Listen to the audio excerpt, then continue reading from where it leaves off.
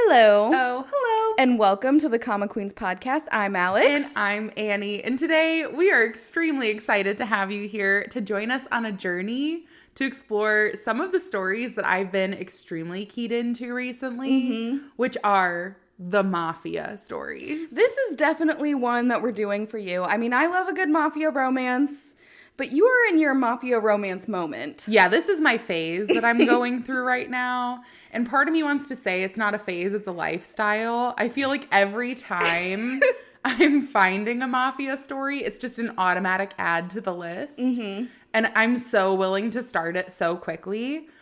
I will say I started it, I think, for the wrong reasons. Because it wasn't started in a wholesome way. Well, I mean, not everything has to be. Yeah. Like, we got to kind of dip our toe. Like, we got the Mafia Nanny, which super great, super wholesome. We've obviously talked about it before in my birthday episode. Falling for Danger, too. Falling for Danger, super good. But, you know, then I was just like, not enough danger to it. How about we just add a bunch of, like, really toxic shit, and then that's going to be, like, my personality for the next, 6 months. And that's kind of where we're at now. What would you say was the tipping point where you were like, this is my personality?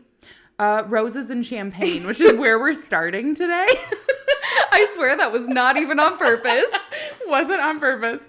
But yeah, today we're going to be talking through several different stories that we've been reading that happen to be Mafia romances. This is not the entire list of all the Mafia romances we've read. We've definitely discussed some before. But today we're going to dive in on some series we haven't discussed, talk through kind of how those stories start, how we're liking them so far, and what our thoughts are in general. So to start us off, I am going to start on Roses and Champagne. It is one of the first ones that I think really hooked me on the Mafia stories in general. I'm going to do an aside and say this one is toxic as fuck. Yeah. But I love it. It's like, I can't stop reading it. I binged it all at once. Like red carpet, male lead toxic? Yeah. Yeah, and here's the thing, like, not for the majority of the story. I guess we'll kind of get there as we continue to talk about it, but it definitely builds up to becoming more and more toxic. I had seen just on Instagram, there was a reel that had codename Anastasia, which was another one that had piqued my interest. I've also read this and also like it. Probably shouldn't, but here we are. That's just apparently where I'm at now. But this one is on Leeson. It's a boy love. It's 52 episodes, and now it's in its 8th side story episode. So it's still ongoing with a Wednesday release. The story follows Leewan. He is a lawyer, so this one might really, be up your alley. You're big on the lawyer stories. I do love a good lawyer story. Leewan is from Korea originally. His mother is Korean, but his father was Russian, and he never knew who his father was, but his mother ends up passing away, and her dying wish is to basically pass along this message to his father. She goes, find your father. This is his name. Like, you can find him eventually, like, meet up with your grandmother. And, when you rejoin with him, like, pass along this message.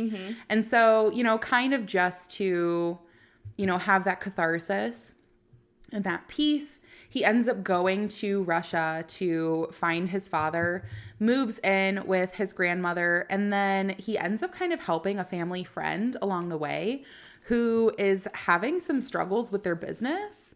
They're having some lawsuit against them that kind of seems bogus. Like, Leewan's looking into it. It doesn't really seem fair or ethical. And the more he looks into it, he's like, I just need to talk to this councilman. There's no way. Like, this must be a misunderstanding. Like, everything you're doing is up to code. Like, they can't try to take your business from under you. And you do find out that the city councilor, Zdadanov, is definitely working with the Mafia, and they have these ties that are less than wholesome, and it's all just kind of skeevy in general. Oh my gosh, you said lawyer, and I instantly forgot it was a Mafia story, so that was surprising to me. You're like, Mafia? On the Mafia romance episode? But so Leewan, again, he learns that they have these ties to the Mafia, And when he goes to confront this city councilor, he ends up running into Tsar or Caesar, who is the second in command of one of Russia's basically head mafia. And it turns out he's actually run into this man on the street before when he was running late to work one day. Unbeknownst to him, had no idea who he was. But, you know, he tries to bring this up to Tsar, tries to use it to kind of like commiserate with him, make a connection. And Tsar just goes, sorry, you're just very unmemorable. I don't remember you. And Li Wan is taking this very seriously. The counselor and Caesar, they're not caring at all about the fact that they're taking this business and putting it under, because they're all doing it for personal gain, but it's destroying his family friend Nikolai's livelihood. So, you know, he keeps trying to go after the city councilor, and then he kind of shifts his approach and he starts going after Caesar. He like starts making meetings, and when all of his underlings refuse to make a slot or an availability for him, he just starts busting into Caesar's office. And Caesar's like, sorry, still don't remember who you are. And so Li Wan takes one of Caesar's collector fountain pens. He collects fountain pens. He takes it and stabs it into the chair directly past his head. And he goes, will you remember me now? Oh my gosh, I love that energy. The energy is so chaotic. And let me tell you, Caesar remembers him after that. Oh my gosh. I love their dynamic. They're both extremely powerful people, and so they play off each other very well. And surprisingly, after Caesar kind of takes note of Li Wan, he basically makes him a proposal of, I can give you all the paperwork to show you that this is bogus. I can give you all the paperwork against the councilman and make sure that, you know, everything against your friend falls through. And in return, all I need you to do is help me with a little bit of my own personal business as my personal lawyer.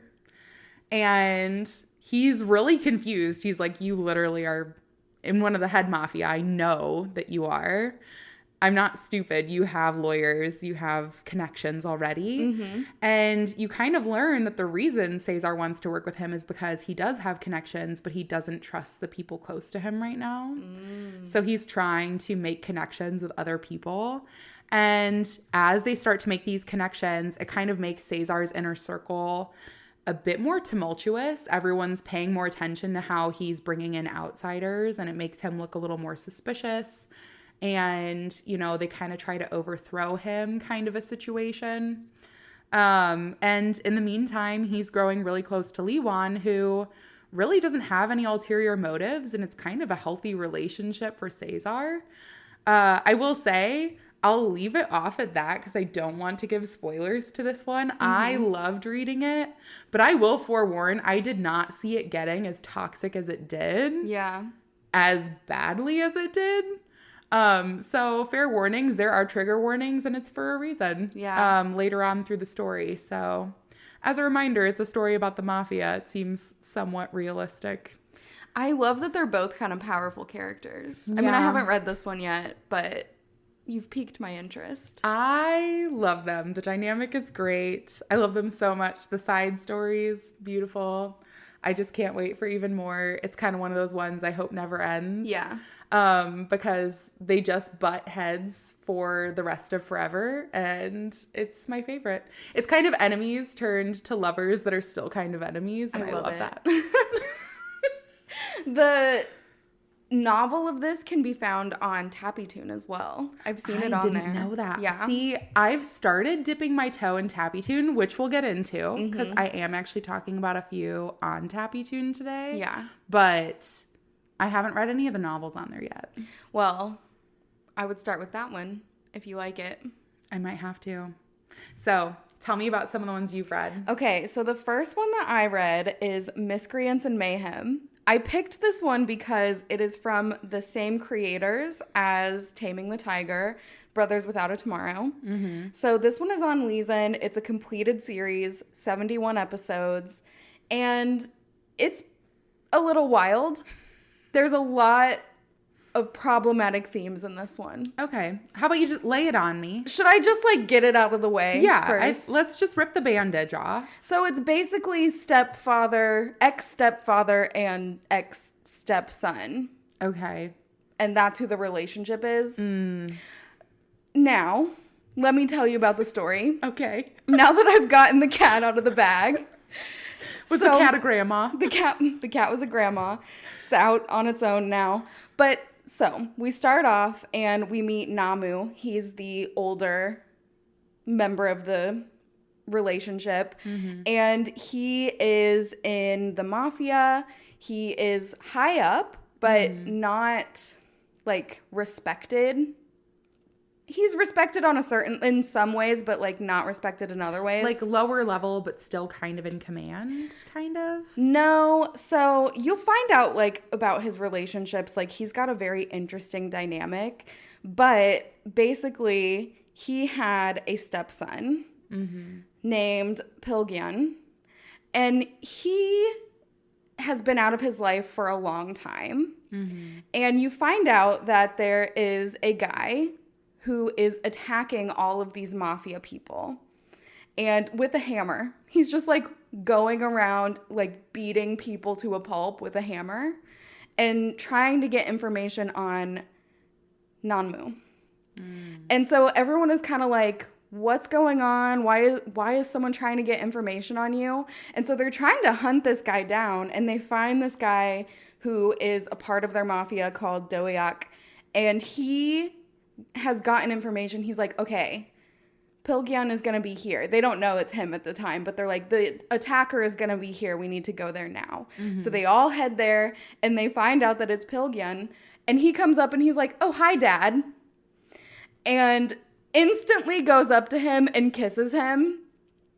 And Nanmu was like in shock. He's like, what is happening? He like pushes him away. He's like, I don't understand what's going on right now. So you quickly find out that Pilgyan is kind of crazy. Really? I love him, but he's crazy. And they do the way that they like portray him in like a crazy moment. It's very different than Garden of the Dead Flowers, but it's the same with the eyes. Like you can tell he's having a crazy moment because his eyes like start glowing like a vivid, really pale blue. It's haunting. They do that in Love Jinx too. Yeah, they do. Yeah, with the green. Yeah, but it's haunting. It's beautiful.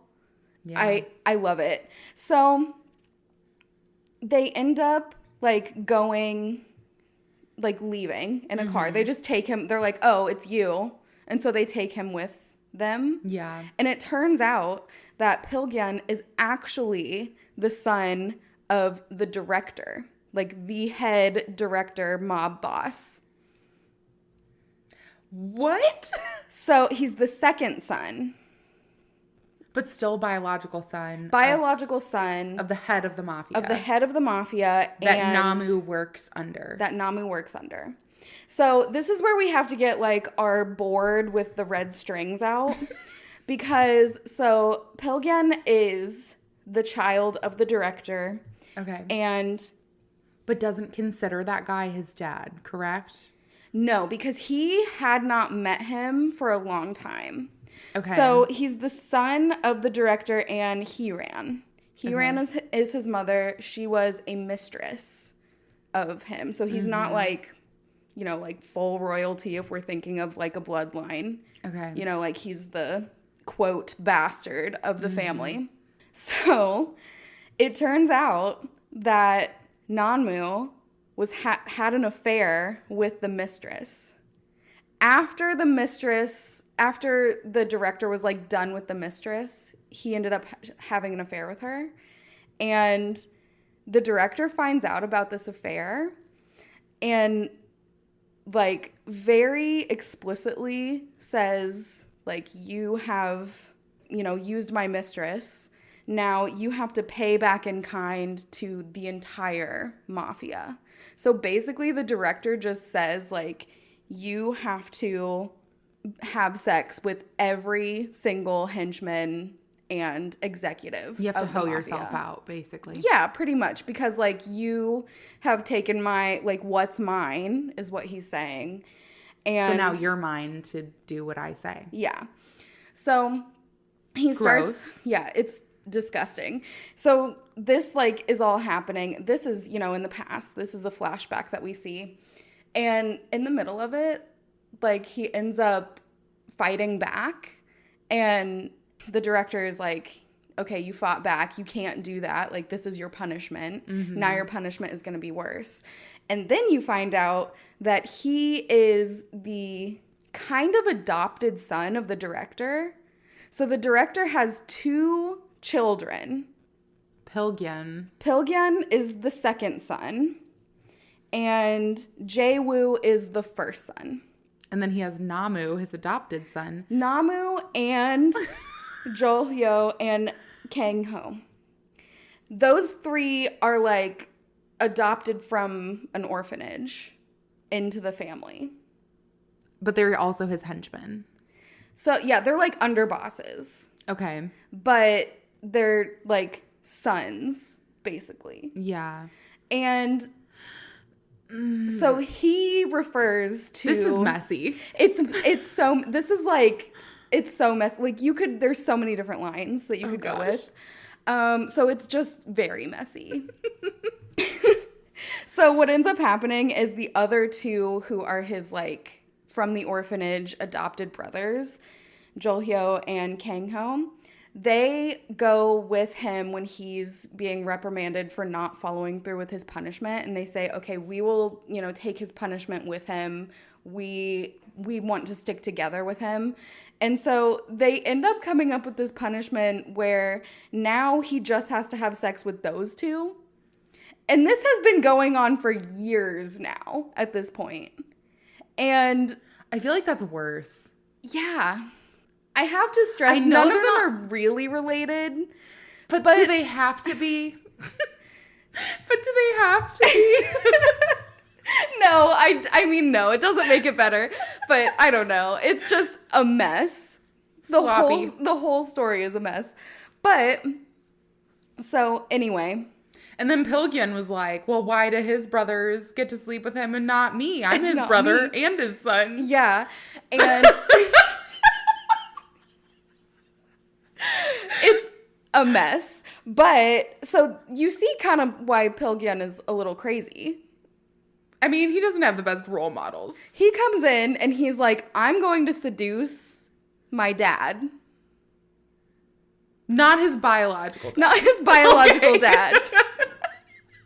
Namu, the guy he's decided is his dad. Yeah, and so you also find out that his mother, Hiran, was kind of like just cycling through men all the time. Okay. So, and she would tell him, like, whenever a new man would come into their lives, she would be like, this is your new father. Ugh. And so you find out that Nanmu was with Hiran for 6 years. Mm-hmm. And then basically was taken out of the picture, like, when all of this stuff went down. Yeah. And the director promised if he followed through with his punishment that he would be able to marry Hiran. But it fell through. Yeah. So all of that is just like all of the relationship family drama that's going on. Mm-hmm. And that's pretty much what the story is about. Like, so far, there's not really any underlying other issues. It's all family drama. Other than that, it's good. There's no other problems. No, there's other problems. than all the, like, really awful, terrible problems. It's actually a wholesome story. There's problem with all of it. Here's the thing. The whole series is problematic. To be fair, this is the Mafia. It's the Mafia. Who knows? Okay, so then Pilgyan, he really gets into his manipulation mode too. Okay. So at first when he meets Nanmu, he's like, I have nowhere to stay. Can I come stay with you?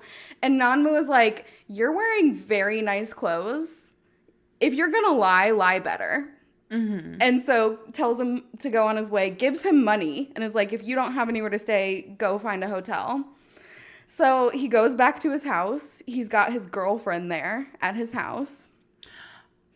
And Messy. He goes, okay, I want to break up with you. So he breaks up with his girlfriend. He gets beaten up intentionally, like a I'm sick, take care of me situation. So he comes back to Nanmu. He's got the cast on. He's got like bruises and scratches all over his face. My gosh. And he's like, my girlfriend broke up with me and her boyfriend beat me up. And he like buys it and lets him come home with him.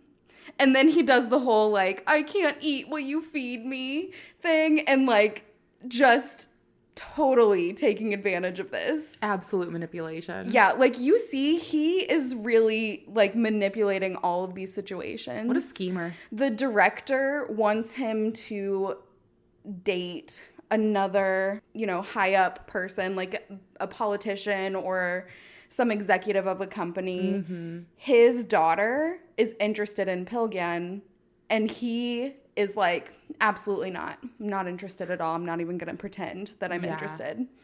And so he gets in trouble for that. Like, I mean, it's just, I feel like this could be just a reality TV drama. It sounds like a Real Housewives of the Mafia. It sounds like a Real Housewives of the Mafia. You're not wrong. The art is gorgeous. I mean, it is, honestly. I've seen some of the art. I did read a few of the episodes. Yeah. Didn't gather all of this together. Yeah. But let me tell you, it is beautiful art. It is. I mean, I haven't finished it yet, but I am going to finish it. I bought the whole thing, so I have to at this point. You have to. You're dedicated. So, but honestly, I mean, I figured it would be good because it's Brothers Without a Tomorrow, and I just absolutely loved Taming the Tiger. I'm really hoping this one has some redeeming qualities for you. I will say, the continuous pushing of the whole dad thing, it's going to be kind of hard to get past. Yeah, it is. It's because I just want him to... I can't even. Nanmu is like, please don't call me dad. And you're like, please don't call him dad. I'm like, please stop calling him dad. And Pilgyan is like, I refuse. I'm only going to call you dad. Like, even daddy would be a significant improvement. I know. It's so bad. Like, I mean, honestly, the only way it could be worse if it was like, hello, father. Oh, yeah, that would be way worse. So, I mean, I guess that's the only redeeming quality it has, is it could be worse. He calls his actual dad father. So, I think, it would be way worse if he called both of them father. Yeah, okay, that would be significantly worse. But still, I mean, we're walking the finest line here. Yeah. Like, it barely exists. Yeah. Blink and you'd miss it. Yeah.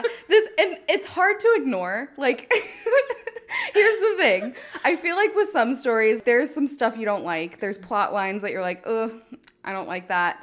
But it's kind of easy to forget about them because they don't bring them up every 5 minutes. This one is impossible to forget because Pilgyan refuses to call him anything but dad. Yeah, it's going to be a tough one to swallow, honestly. So I'm just going along reading the story, and then all of a sudden he's like, I love you, Dad. And I'm like, oh, yeah. Oh, shit. Shit. Forgot about that. That's the part I don't like. But I'm going to keep reading it. So. Well, I'm glad for you. I will say, so the next one, I think, has something that you also may not like. Oh, no. So we're just going to pose it here. I'm liking the story so far, so I'll just start it that way. But the next Mafia romance I'm going to talk about is called Absolute Threshold. I've been reading this one on TappyToon. It is a romance with 23 episodes, and it releases on Tuesdays. The story follows a character named Jumi, and she is the daughter of a mafia boss, and she basically is just there as a pawn for whatever her dad wants. It's for her dad's own gain. He tries to set her up for all these like political relationships and marriages, and, uses her image to kind of try to like get in with all these like politicians and stuff like that. And it's all about connections at the end of the day. And so she kind of has lived her entire life under his thumb. as like an entire warning, because I know this can be triggering to a lot of people. The series starts out episode 1 with her being pregnant. Like, how pregnant are we talking? Like very pregnant? It opens up. She's in the cafe that she owns and works at. And the mafia boss comes in and says, I know you're pregnant with my child and you're coming with me. And you don't like see her as pregnant. Okay. So you just know that she's on. pregnant. Yeah. Okay. So she's pregnant. And that can sometimes be a deterrent for people. Yeah, I don't think I'll read that one. Yeah. So I'm just throwing that out there because, you know, I do know that a lot of times when people are like, oh no, she's getting nauseous. That's where I end it. She's pregnant. So like, by all means, if that's like a thing you can't handle, don't do this one. But basically, she lives under her father's thumb. But, you know, in more recent years, she's learned that if she kind of goes along with what her dad tells her to do, then he gives her a little bit of leeway. And so she kind of starts taking that little bit of leeway to build some independence for herself. Like, she buys herself her own cafe that she gets to run, and it's like her little oasis and time away from her family, where she gets a little bit of normalcy and just, you know, time away from being a mafia boss's daughter. And she also kind of gets to move into an apartment on her own, things like that. Things sort of start going awry when a stalker starts coming into the cafe, and she starts seeing him in like multiple different places, like following her home from work, following her home from blind dates that she's going to, things like that. And she's getting a little nervous about it, but she doesn't want to speak up because she's already gained this little bit of independence from her family. And she knows as soon as she says something to her dad, she's going to be right back there having to live with her dad under his control all the time. So she just kind of buries it and pretends like it's not happening, which ultimately can never go wrong, right? So like a father who uses you for his own gain does, he sets her up on a blind date with a man named Jang Yoon-gyo. He is the second command to a mob organization called Woonseong. And he is possibly like the worst first date she's ever had and maybe ever will have. He's 3 hours late to the date. And I will say that he beat me because I was actually 2 hours late to my second date with my now husband. And I wasn't 3 hours late. So now I don't feel so bad. The bar is low. The bar was low, and yet he beat me. So I'm clinging to that one. But he was 3 hours late to the date, and she waited anyways. And she just kind of sits at the dinner, and he uses his like really lovely lobster dinner as an ashtray for his cigar. And he just basically sits there and stares at her. And she's trying to make conversation, and he answers 2 of her questions. He asks her 2 questions, and then he ups and leaves. And she's just appalled. She's like, oh my God, that couldn't have gone possibly any worse. But he basically says, you know, when fate ties you together, like maybe we'll run back into each other, who knows? And, you know, she's still having this stalker situation. She just brushes it off. She's like, that's not even the worst thing that's happening to me right now. So whatever. Well, anyways, her mom tries to set her up with somebody else, and it's a hospital director's son. Her mom's over on the other side trying to do, you know, the same thing, but in a different way. Did your mom ever try and set you up with anyone? No. My parents didn't try to set me up with anybody. My mom did. Not like strongly, but she definitely tried. Yeah. It didn't work though. No. Yeah. No, I met my husband on my own. Yeah. I just don't think it would go well. I do think me and my mom have very similar taste in a lot of things. I just don't think that would have gone very well. Yeah. But, you know, you never know. Until you know. Until you know. Until you know.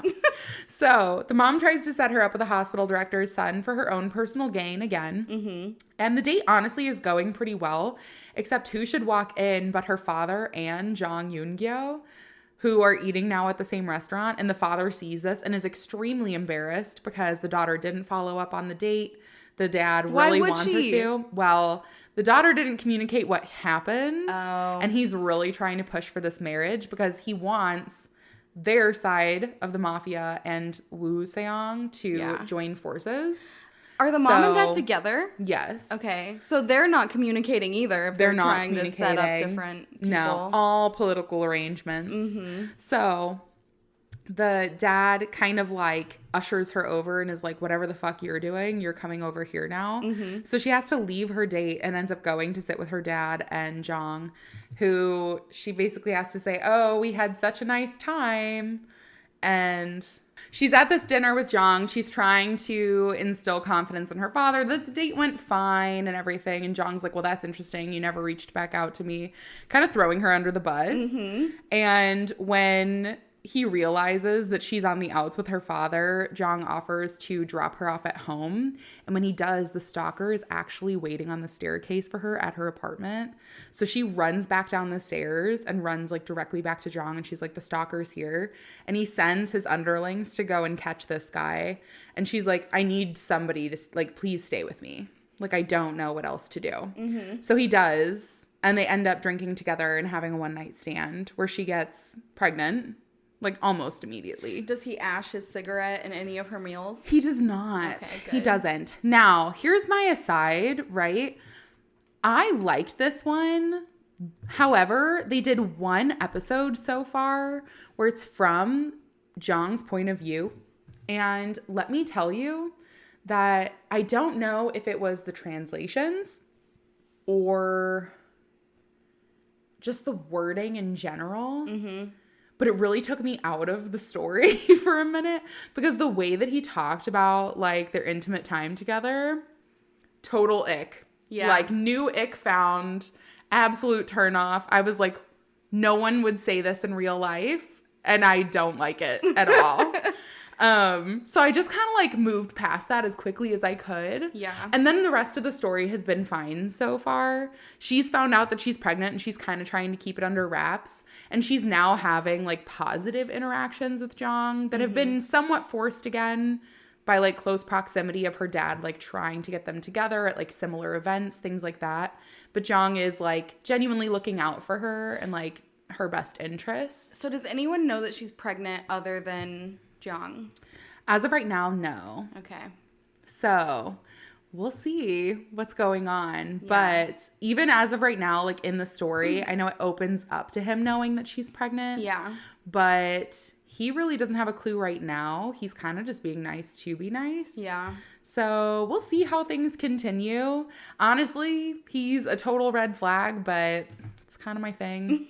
I'm learning terrible, terrible things about myself. Oh my gosh. And my fictional men collection. Yeah. So, you know, just add it to the list of terrible things I'm learning. Well, other than the translation thing too, like I've read some stories where the translation just feels like things don't make sense.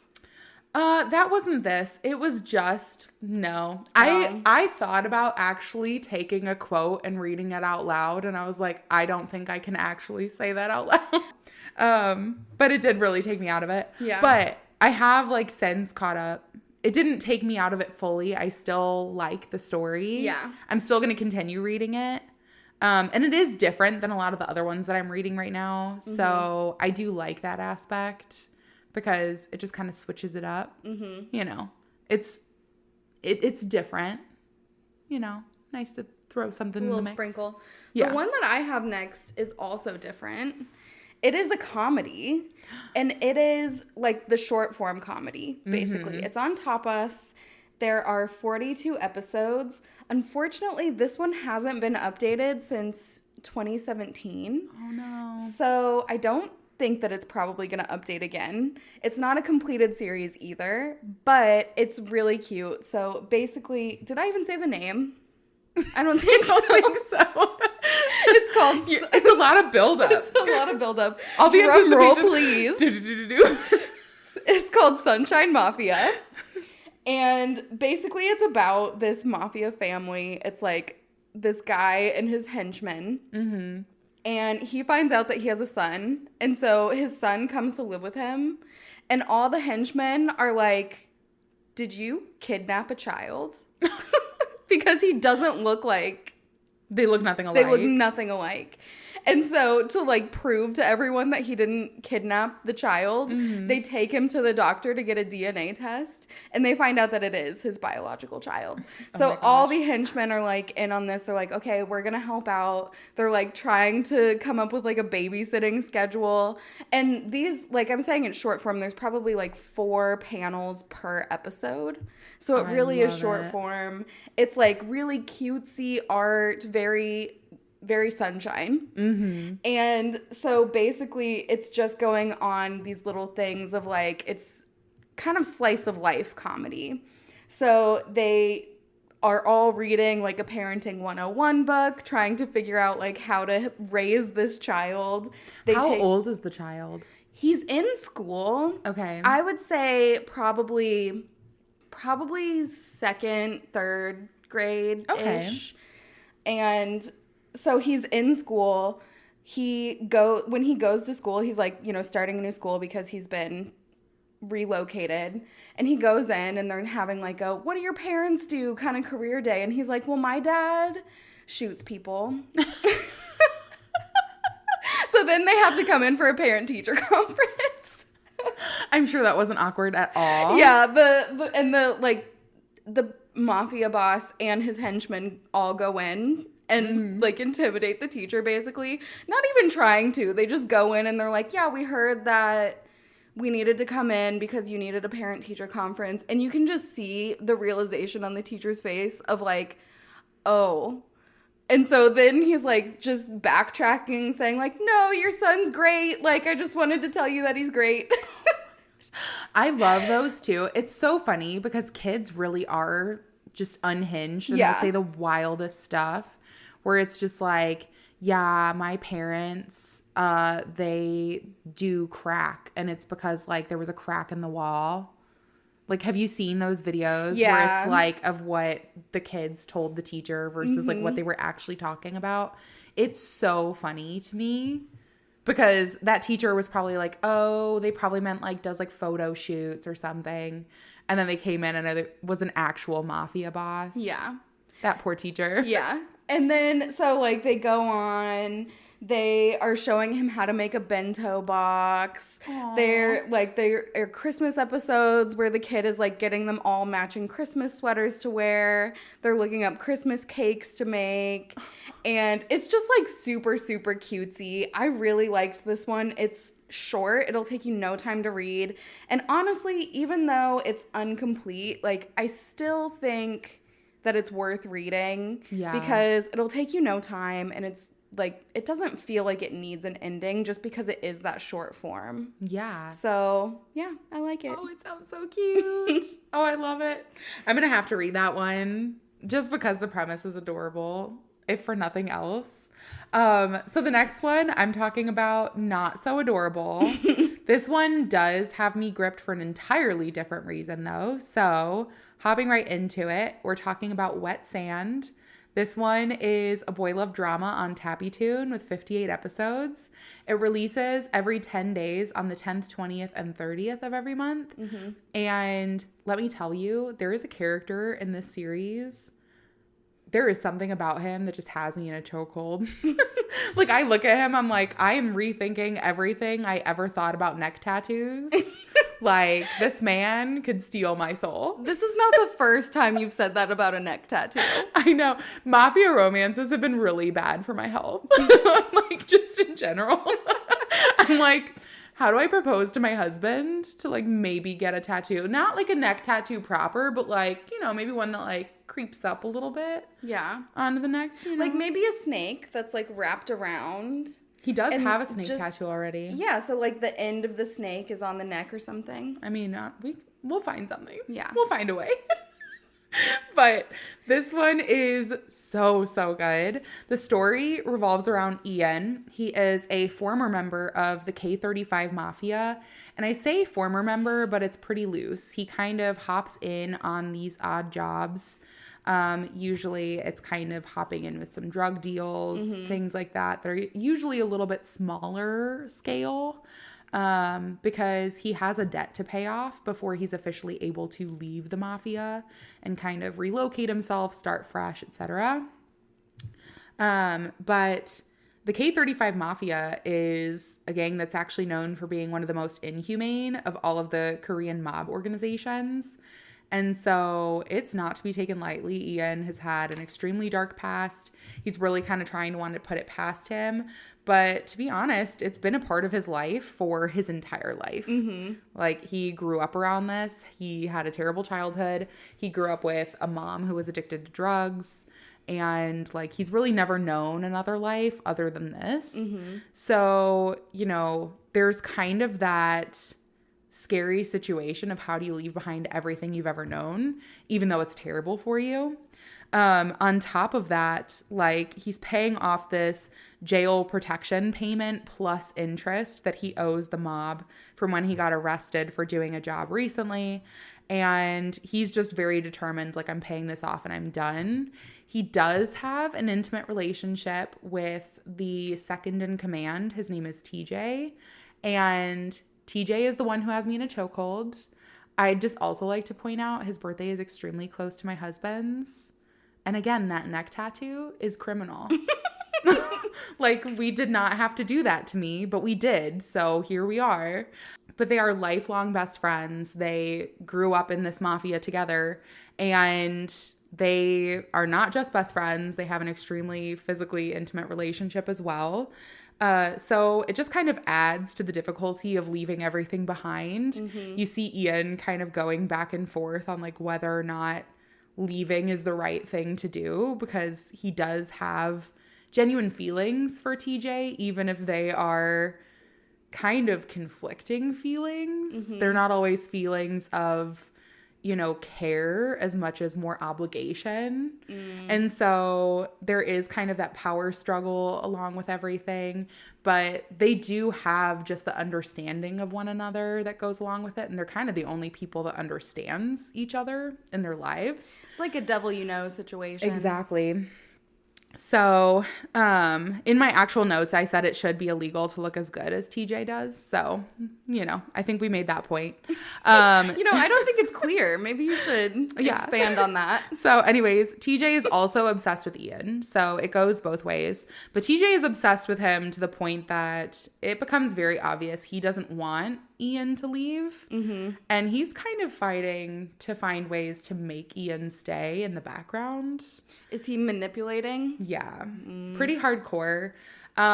You see that, like, there are definitely ways that in the past, like, he kind of hired some people within the mafia to kind of rough him up a little bit. And he ended up getting more injured than he thought he was going to. And when TJ went to go and tell Ian that it was him that did it, Ian knows that it was him and ends up stopping him from telling him. He's like, I don't want to know. Like, I already know and I don't want to know. Oh my gosh. And, like, they know that each other is, like, they're constantly at odds, but they have love for each other. So it's a really just toxic and tumultuous relationship. Yeah.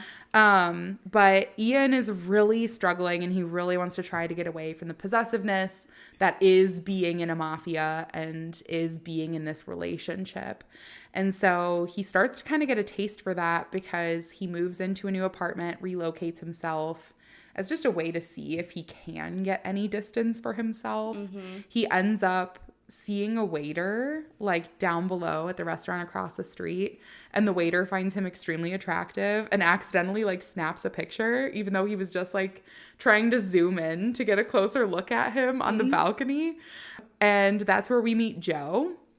Joe is the sweetest little golden retriever ever. He is literally just the nicest person. He's helping out at his sister's restaurant because she is needing, like, an extra hand, and he's kind of in between jobs right now. So of course he just offers his help. And is this a love triangle? Yeah, it's a love triangle. Oh my gosh. So Joe immediately has a crush on him from afar. Mm-hmm. And when Ian comes down to see if the restaurant is still open when Joe is closing up, Ian kind of makes a move on him and says, like, well, are you free any nights or do you work here every day? And Joe is like, it completely in shock, like, oh my gosh, yeah, I could be free for you, like, whatever, you know, that's fine. So Joe starts having just explicit dreams about Ian, can't stop thinking about him. He's just like, oh my gosh, this is great. Meanwhile, he's realizing that his nephew is involved in the K-35 Mafia. Joe's nephew? Mm-hmm. Okay. He's getting involved as like a little henchman, kind of like running and doing odd jobs. Mm-hmm. And it's just kind of one of those rougher neighborhoods where his nephew doesn't really feel like there's anything else he can do to make the money quick kind of stuff. So Joe's really trying to help to get his nephew on the right path. He definitely does not support like all of the crime and everything that's happening in the neighborhood. And he's trying to keep his nephew on the straight and narrow. And he doesn't realize that the person that he has a huge crush on is definitely involved in that same mafia as well. No. So he and Ian start to get closer and form an actual functional relationship with one another. They go stargazing, they drink, they have actual conversations. They don't sleep together on a first date, kind of a situation. And it just becomes increasingly harder for Ian to kind of separate whether or not he wants that freedom or whether or not the mafia is the right choice because it's everything he's known. It is such a good series. It's so hard to see Ian going through all of the difficulty and being torn in all those different directions. And also, it's just such a heartbreaking series in general because it's a love triangle and I honestly love every character. Oh my gosh. And I want them all to be happy. And they won't be. So who do you want him to end up with? Oh my gosh. He can end up with Joe because I want TJ. Also, TJ is extremely possessive. And so, I don't know. It kind of reminds me, I mean, just the, like, very loosely, the character descriptions of, like, Morning Kiss at Tiffany's, where you have, like, the really, like, kind of more toxic, overbearing, not controlling, what am I thinking of? Yandere, I guess. Yeah. Like, he's a yandere, and then you have the golden retriever. Oh, I will say, I mean, TJ fits the yandere. Yeah. He fits that perfectly. I mean, he follows him around in a car and, like, knows when Ian hooks up with Joe and, like, knows when they're hanging out together. Oh, my gosh. Like, he keeps tabs on him, keeps underbosses, like, spying on him constantly. What does TJ think of Joe? He thinks that Ian is his and that he's no one else's. Okay, I thought maybe this was going to go in like a polyamorous situation. Ugh, we can't be so lucky.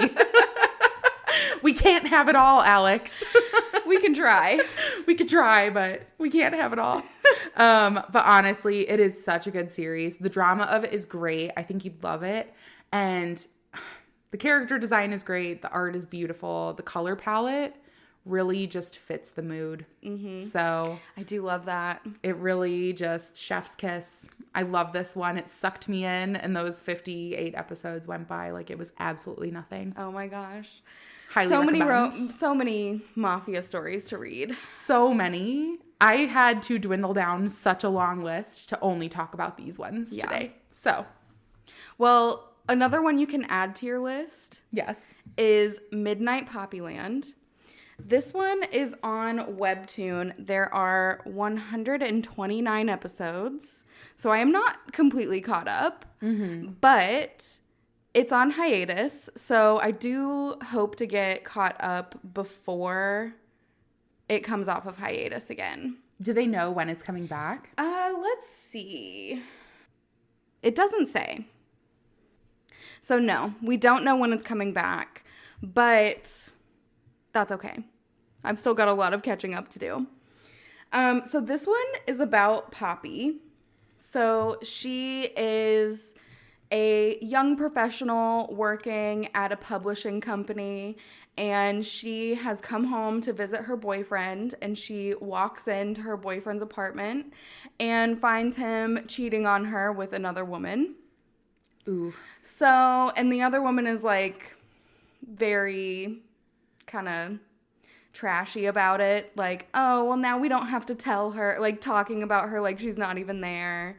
And just saying like, oh, this is great. Like, you know, all that kind of stuff. And Poppy like she kind of freezes. She doesn't know what to do. So she just ends up going, okay, I'll see you around, and shuts the door and leaves. I mean, honestly, what are you supposed to do? Yeah, I mean, I think her reaction was fine. Tell me the right reaction. And she has this realization too. She's like, so then she ends up she bought him a scooter. Mm-hmm. And she ends up taking it back. Good. She's like, I need to get out of here. I'm going to take the scooter. Good for her.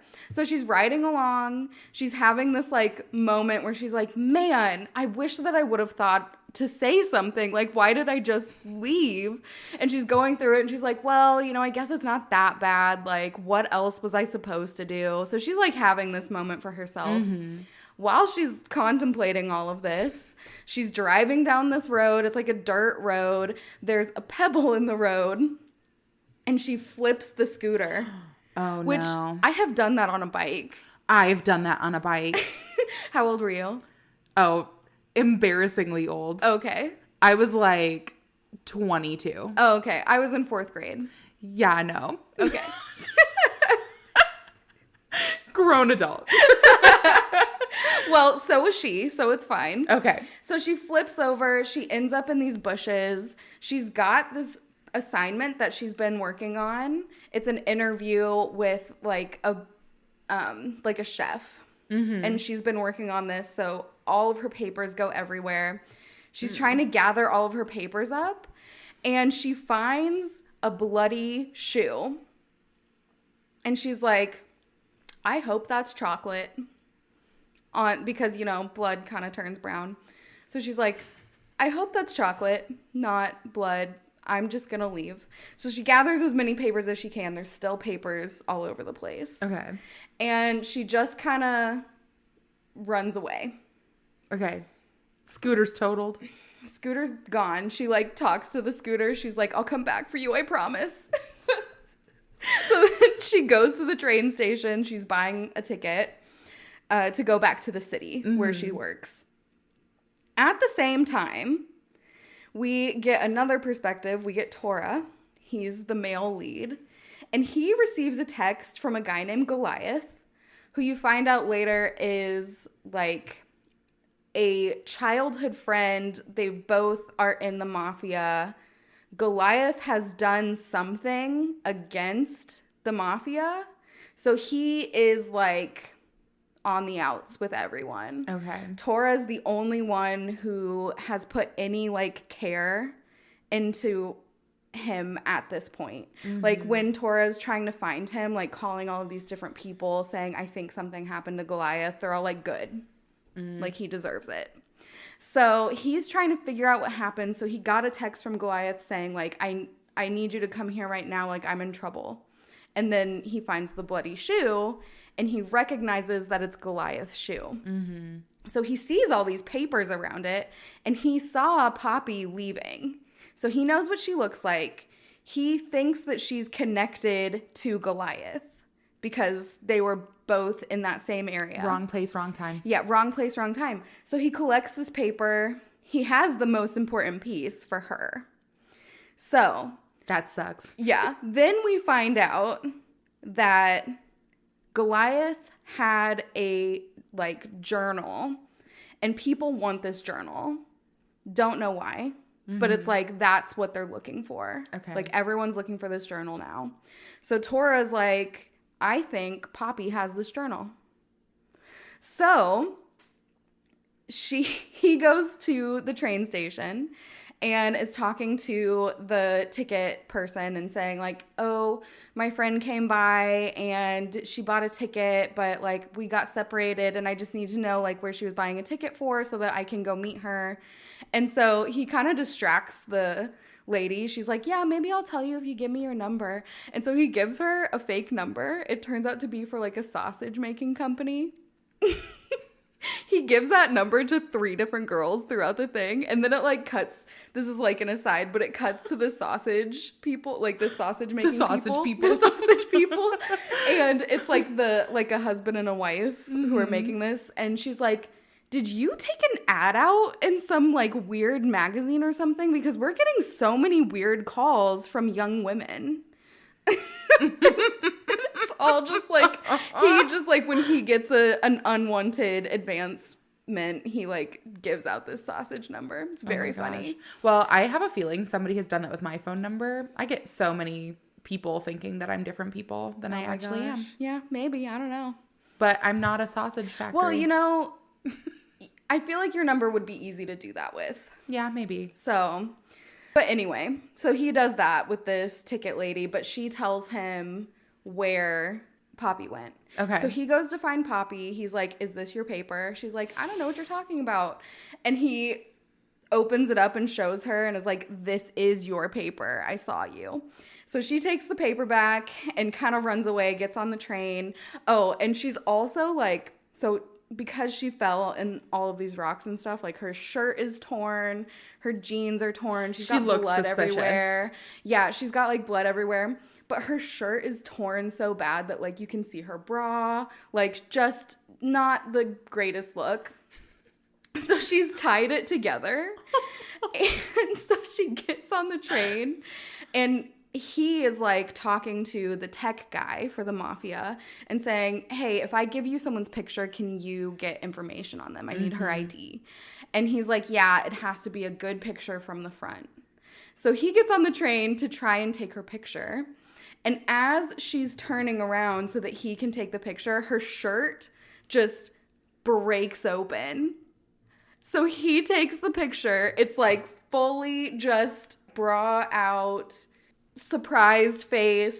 Yeah. And then he immediately gets off the train and then the train starts moving. So she goes on. He also threw his jacket at her. He just like threw it on her after he took the picture and got off the train. At least he's a gentleman. Yeah. So then this other lady is like, you should report him to the police. So she gets back to town. She goes to the police. She gets to this police station and she's like, yes, I need to make a police report. And he's like, okay, right this way. So he goes to sit her down and there are like 3 clearly convicts sitting down in the same area. And he goes, oh, yeah, we're really underfunded. And like, this is just, it's an old station. So we have to keep all the suspects and the victims together. So you just have to go sit down. And she's like, okay. So she's like sitting down with all these guys. Oh my God. It's finally her turn. She goes back and she's talking to the police chief. And the police chief is a woman as well. She's like, oh, you know, I'm so grateful it's a woman. It's much less embarrassing to tell this story to a woman than a man. And so she goes back, she says what happens, and the police chief is like, well, did he know that your shirt was ripped? And she's like, no. And she goes, okay, well, then there's not a lot we can do about it. You don't know his identity. You don't have a picture of him. It seems like it was an accident, so there's really not much we can do. And she goes, well, I have his jacket. Can't you, like, get his DNA off this jacket? And she's like, that's so expensive. Yeah. For a very minor occurrence. For a picture. Yeah. So she's like, oh, okay, so are you going to just drop my case? And she goes, no, I'm not going to drop it. We'll look right into it after I look at this, after we get done with this pile. And she throws it on top of a pile and she's like, yeah, there are assaults and murders and burglary. Once we get through all of that, then we'll look at yours. And she's like, okay. So she just leaves. But as she turns around, she's got his jacket on still. There's a symbol on it that the police chief recognizes as a symbol of on a jacket of a guy who they're looking for who is from the mafia. So then she goes back and thinks about the description: long black hair, very tall and muscular, amber eyes.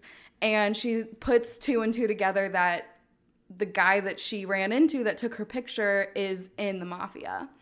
And so she's like, all right, yours just moved to the top of the list. Let's find out who took a picture of you. So that's going on one side.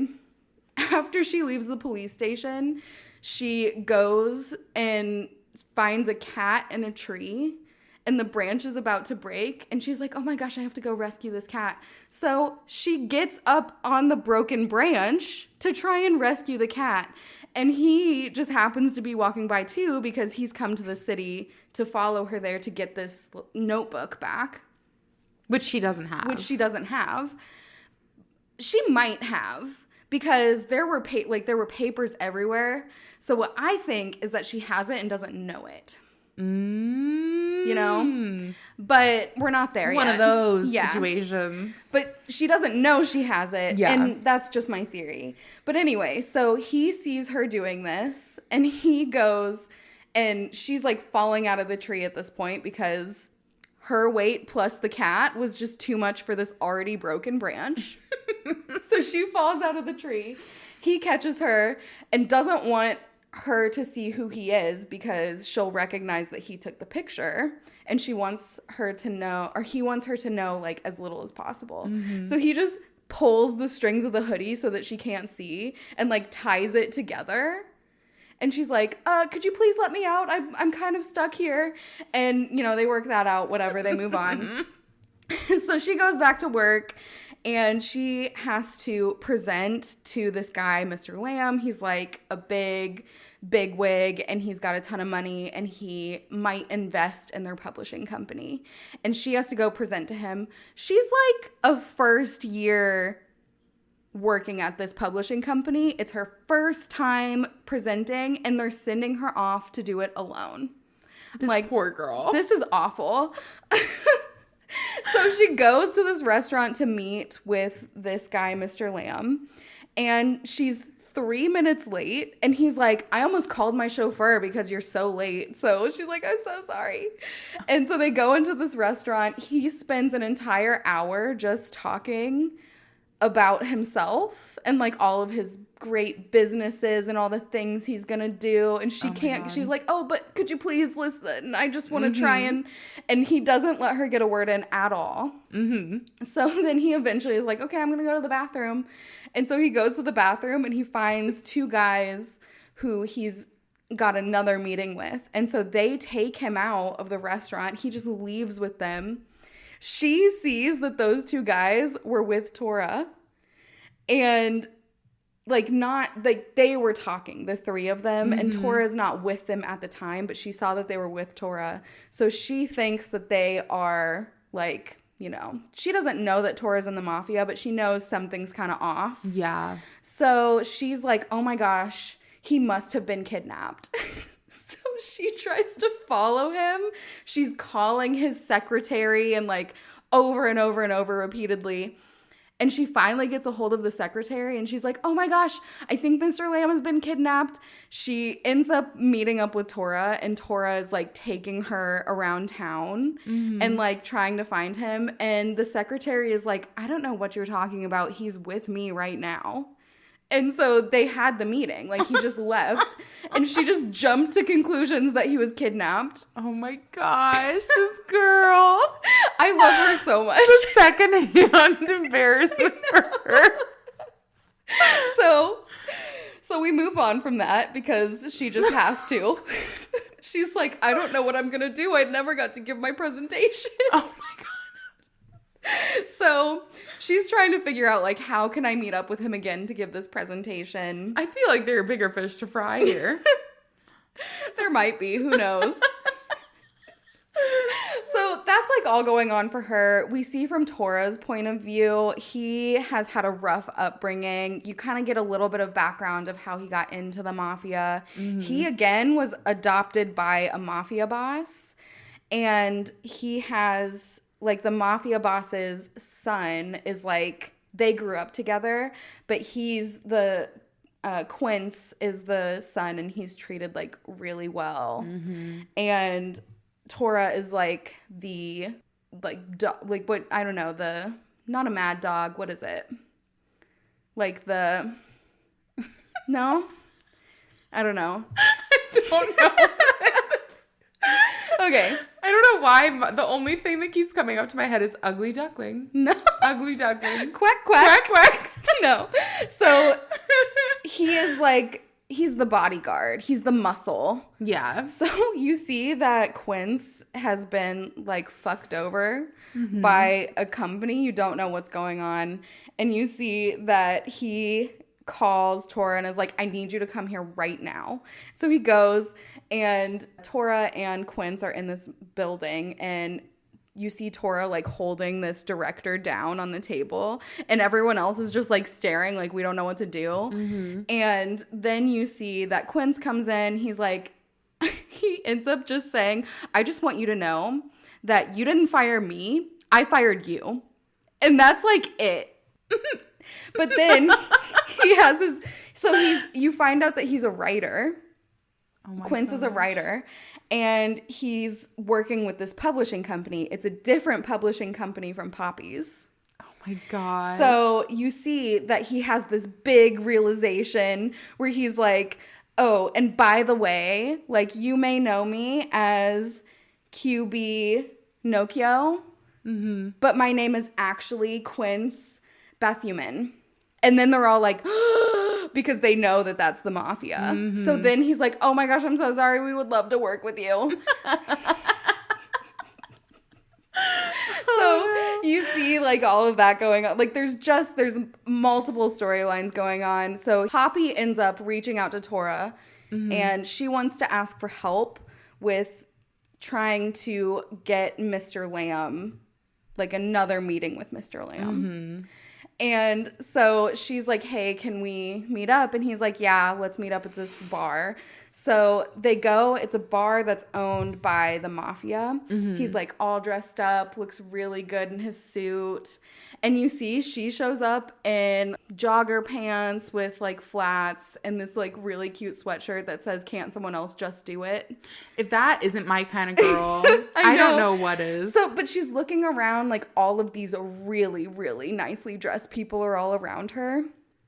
And she's like, oh my gosh, I'm like so underdressed. So she texts him and she's like, hey, are you really fancily dressed? Because I didn't have any clothes left and I just put on what I had. So he goes back, like he knows everyone who works there. He makes everyone let him try on his clothes so that he can like wear casual clothes. And he ends up taking her to another little restaurant that he knows that he like basically grew up in.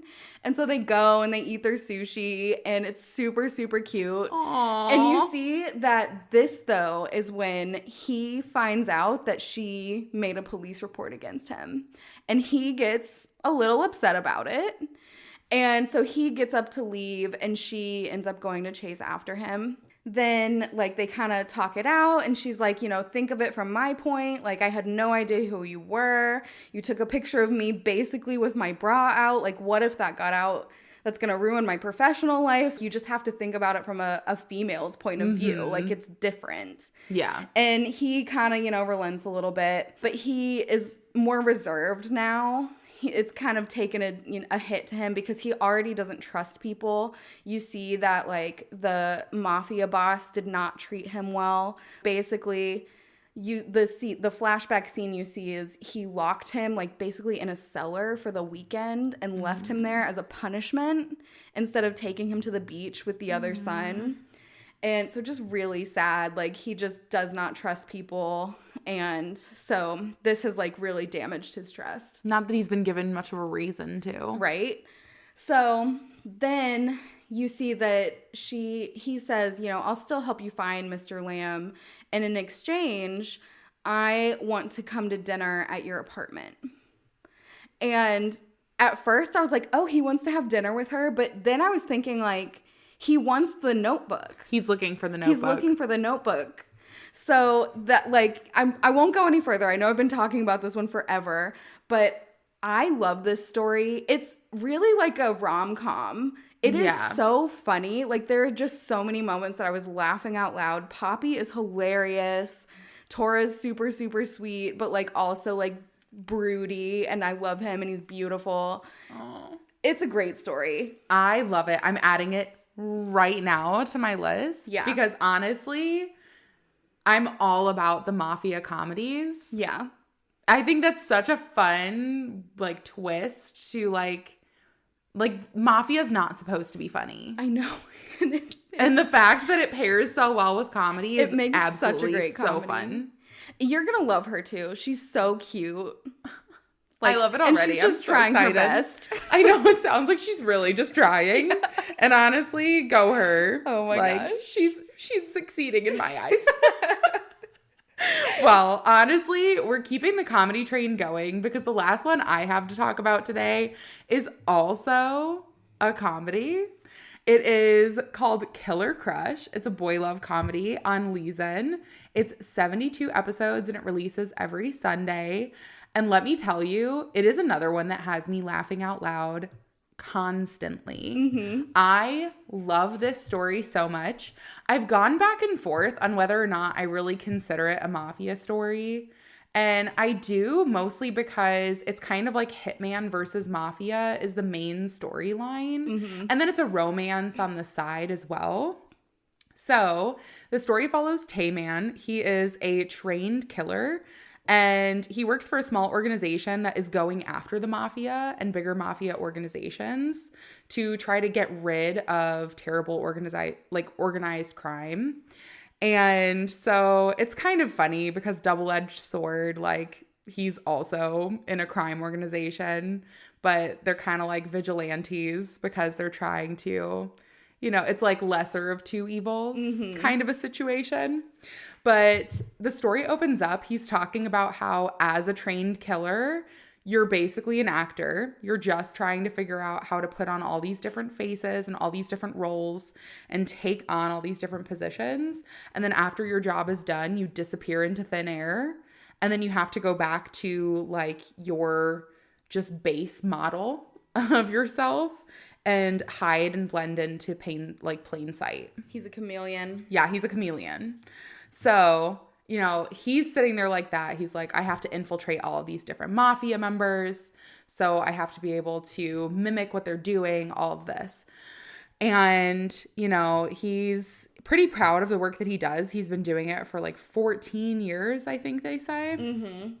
Well, on the other end of this, we also meet our other male lead, who is Kang Da-hyuk, who is a trained actor. He is in films and movies. And he's unfortunately been typecast as a romantic comedy male lead. Mm-hmm. He hates this. His dream has always been to be in a noir film. He wants to be dark and broody. And he's just the most golden retriever of golden retriever males ever. Just sunshiny, happy, can't make an angry face to save him. So he's an actor. Yes. And the other main character is a hitman. Hitman who's going after the mafia, correct. I know you said I'm getting there. I'm getting there because the mafia does actually play a huge role in the story. Okay. So we're getting there. All right. So Kang Da-hyuk is really upset about this. He's filming a movie and the director ends up telling him that he just can't do it. He's supposed to be grabbing someone aggressively by the arm and it's an action film and they're trying to get him out of his comfort zone. Mm-hmm. And they're like, nah, just stick to what you know. You're not good at this whole action thing. And he ends up going home with his manager, who's his best friend from childhood. And his manager's like, I'll pick you up ice cream on the way home. Because Da-hyuk is in the back just crying. And so as they basically stop and pull over, the manager hops out to go and pick up ice cream for him. And Taemin looks into the car window that's blacked out, not realizing that Da-hyuk is in the car because he thinks it's empty. And he's checking his hair and stuff after he comes back from a hit. And he's bloodied and bruised and his face is all mysterious, whatever else. And Kang Da-hyuk falls in platonic love with this man and goes, he's my muse. I need to be as dark and broody as this man. So immediately he's like, I need to know who this is. I need to follow him everywhere. And he gets out of the car and just goes into the convenience store that Taemin works at after hours as his cover. And he sees that Taemin puts on like a happy customer service face, and he doesn't show that same like dark and broody face at all. So Da-hyuk is just like watching him and waiting to see like what faces he puts on and everything, studying him. And eventually an unruly customer comes in, and Da-hyuk ends up like trying to like usher the guy away, and ends up buying Taemin a coffee and being like, "Oh, I'm so sorry you have to deal with customers like that. Here you go." And Taemin falls instantly, non-platonically, in love with Da-hyuk. Oh my gosh. So much so, he can't focus on his work. He is like fucking up in the field where he's supposed to be like studying all of these mafia underbosses, and he's like sparring with his fellow hitmen, and he's getting hit in the face, and like he's making mistakes he never would have. And so finally everyone's approaching him. They go, "Why are you making all of these mistakes?" And he's like, "Oh, I'm in love with someone." And they're like, "You don't love anyone or anything. What the hell are you talking about?" And so they're like, "Well, what does she look like? How is she? You know, what kind of like we don't know what you like because you've never talked about anyone this way. You know, what does she look like?" And the TV was on, and he goes, "That's him." And they're like, "What do you mean?" He goes, "No, that's the person that I'm in love with. Exactly. That is him. That's him as a person." And they're like, "You're in love with Kang Da-hyuk? How the hell did you meet him? Like, what the hell?" So meanwhile, Taemin ends up kind of unfortunately leading back a trail to that convenience store for the mafia to come and find him. And Da-hyuk has been going to this convenience store every day to spend time with Taemin and to like try to study him and get closer to him. And then the mafia is getting involved with Taemin, and Da-hyuk thinks that it's just more unruly customers.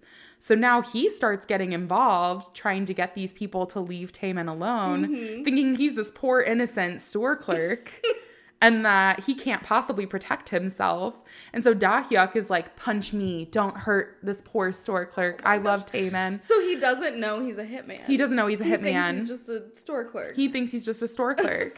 And so the mafia is like going after Taemin because he's already taken out a hit on several of their members.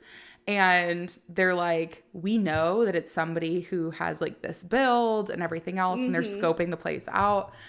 And so Taemin is like, "No, sorry, don't know what you mean." And they end up kind of getting into a scuffle. And Da-hyuk says like, "Hey, I don't think it's great for me to keep coming by here. Let's exchange numbers and we can hang out outside of work next time." So they end up going on a hike. And Da-hyuk's reasoning is, maybe if I can see him in like this dark and brooding setting, like it'll really pull like the like, you know, anger and all of these other dark emotions out of him. And Taemin goes, "I can't, like, I'm realizing now how dangerous it is for him now that the mafia knows or is like catching on to me. I can't let him know like that I'm involved in something dangerous, and I can't put him in danger. So going on this date should be great because I read somewhere that hiking is one of the most unromantic dates that you can go on." Oh my gosh. So he goes out of his way to make it like the most unromantic date ever. Like, Da-hyuk shows up and he's in like this really nice workout gear, like think Lululemon, like accentuates all his muscles, whatever. And Taemin is wearing like a sun hat that like zips up to his chin. He's got like all the sun gear. He's got 2 walking sticks. My dad has one of those hats. And his entire goal is to walk as fast as possible, and he is leaving Da-hyuk in the dust. And Da-hyuk is like gasping for air. He's like, "Oh my God, I'm in such good shape. How is this happening to me?" Oh my gosh. So meanwhile, the mafia is still keeping tabs on Taemin. They're like, "You know what? We'll just take that guy out while they're in the woods. They're secluded. No one will find them." You have Da-hyuk who's like, "Please wait for me." And then Da-hyuk gets injured. So no. Taemin has in his giant sack that he's carrying an entire like emergency tent that he sets up for Da-hyuk. He's like, "I'll go find us supplies." So he leaves Da-hyuk alone, and there are wild boar that start like coming near the tent. And so Taemin is like, what do I do? How do I keep him safe? If I kill these boar, it will be super easy. But then he'll be extremely suspicious at how I know how to kill things easily. Oh my gosh. And so he's like waiting until the last minute to know how to kill things or whatever else. Meanwhile, the mafia is still like trying to get involved. Like, we could take Dahyuk out, and like that would be a huge sign to this convenience store clerk. Is he really just a convenience store clerk? And then they watch him just like knock out these boars with a knife like it was nothing. They're like, no, he's definitely the man that we're looking for. Oh my gosh. So you end up getting to see that like Tayman watches him take out these 2 wild boar basically at once with like the tiniest little pocket knife. Mm-hmm. And then Dahyuk just looks at him and goes, "Were you special forces?" Oh and my gosh. And Tayman goes, "Yes." And he goes, "I knew it. I knew there was something special about you." Oh my gosh. And so they just keep growing closer and closer. His hitman buddies are like, "You just need to keep flubbing dates. Like, keep pushing him as far away as possible." One of the hitmen is like, "I'm his boyfriend," to try to like push Dahyuk further away. And all it does is help Dahyuk to realize his true feelings. Oh my gosh. And meanwhile, you have the 2 mafia bosses who like, it's like one of the underbosses and the head honcho. And they're secretly desperately in love with one another. Mm-hmm. And they're trying to foil Tayman's plans. One of them has a sticker obsession. Like, all of it is just so wild and crazy and out there. I love every single minute of it. Oh my gosh. The colors are beautiful. It's very colorful and like almost slapstick at times, but it really does have like an element of horror in it as well, which is really cool to see. I just love this one so much. I know you're gonna sit there and say it's not like Mafia main story, but it plays a huge role into it. Like, it is one of the propelling storylines. I actually love that though, because every single one of the other ones that we talked about, or I feel like most of the other ones, even not in this episode that we've talked about for Mafia in the past, the Mafia is a main character. Like, one of the main characters is in the Mafia.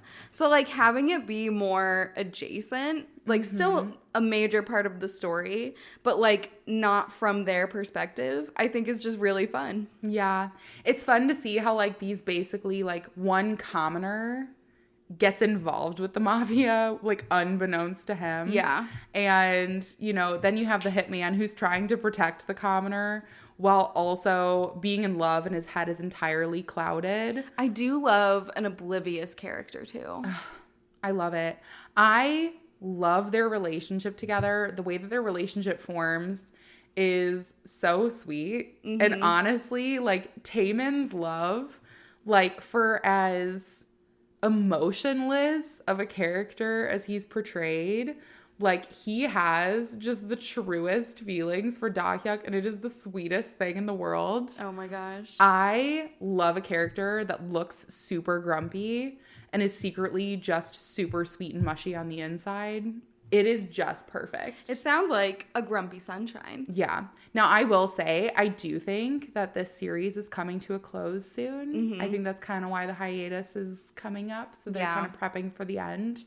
But the way that things are starting to wrap up, it really does feel like it's kind of closing up soon in like a good place. Mm-hmm. So I'm really hopeful. It's such a good series and you need to read it. Okay, then my assignment is to read Killer Crush. Yours is to read Midnight Poppyland. Done. Deal. Hands down. Let's shake on it. Done. We shook. No one else could see it, but it happened. I know everyone loves visual stuff on a podcast, so. Yeah, obviously that was definitely what everyone was hoping for. But thank you all so much for joining us on this journey of exploring a bunch of different Mafia stories. And just for joining me on basically what has been my obsession for the past few months. Mm-hmm. It's really been just kind of an obsession that's taken over my webcomic experience recently.